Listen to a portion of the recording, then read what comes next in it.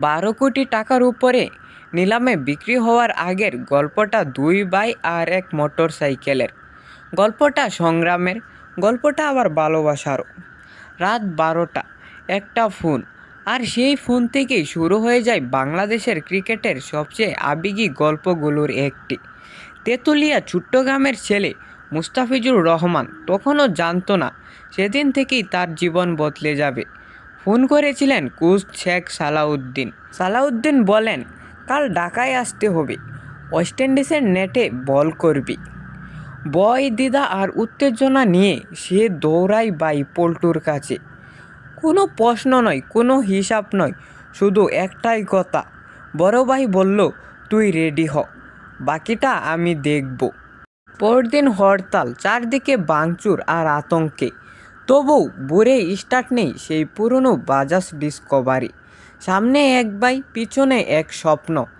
তেঁতুলিয়া থেকে চুকনগর থেকে ঢাকা, রাস্তায় বাধা, তবু কেউ থামাতে পারেনি তাদের যাত্রা। ঢাকায় পৌঁছে মুস্তাফিজ যখন বল হাতে নিল, কেউ জানতো না তখনও এই ছেলেটা একদিন ব্যাটসম্যানদের অহংকার ভাঙবে। কিন্তু গল্পটা আরও পুরনো। গ্রামের মাঠে টেনিস বলের ম্যাচ, প্রতিপক্ষ একাই সব শেষ করে দিচ্ছিল। তখন পল্টুই বলটা তুলে দেয় ছোটো ভাই মুস্তাফিজের হাতে এবং বলে, শেষ ভরসা তুই। প্রথম 2 বলেই ব্যাটসম্যান কুপকাত, তৃতীয় বল কাটার, স্টাম্প উড়ে যায়। সেই দিন জন্ম নেই কাটার মাস্টার মুস্তাফিজুর রহমান। এরপর শুরু হয় যুদ্ধের জীবন। বুড়ে ঘুম ভাঙা, শীতে কাঁপতে কাঁপতে বাইকে ওঠা, প্রতিদিন 40 কিলোমিটার শুধু ক্রিকেটের জন্য। পল্টু জানতো সেই শুধু ভাই না, সে একটা স্বপ্নের বাহন।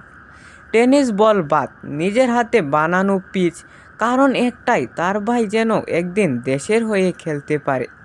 জেলা দলের ট্রায়ালে 300 জন ছেলে, সুযোগ পাবে মাত্র 14 জন। পল্টু সত্যটা জানতো। মুস্তাফিজকে শুধু বলেছিল, একবার সুযোগ পেলে তোকে আর কেউ বাদ দিতে পারবে না।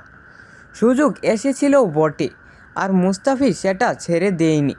আজ আমরা যে মুস্তাফিজুর রহমানকে দেখি, সে শুধু একজন বোলার নয়, সেই ভাইয়ের এক আবেগ, একটি পুরনো মোটরসাইকেল আর নিঃশব্দ ভালোবাসার ফল। প্রতিটি উইকেটের পিছনে আছে পল্টুর ঘাম, দোয়া আর আত্মত্যাগ। এটি শুধু ক্রিকেটের গল্প নয়, এটা ভাই ভালোবাসার ইতিহাস। এই গল্পটা অমর হয়ে থাকবে ক্রিকেট ইতিহাসে। আজ এই মুস্তাফিজ এখন বিশ্বে ক্রিকেট জুড়ে পরিচিতি লাভ করেছে। মুস্তাফিজের এই সফলতার পিছনে তার ভাইয়ের অবদান অবর্ণনীয়।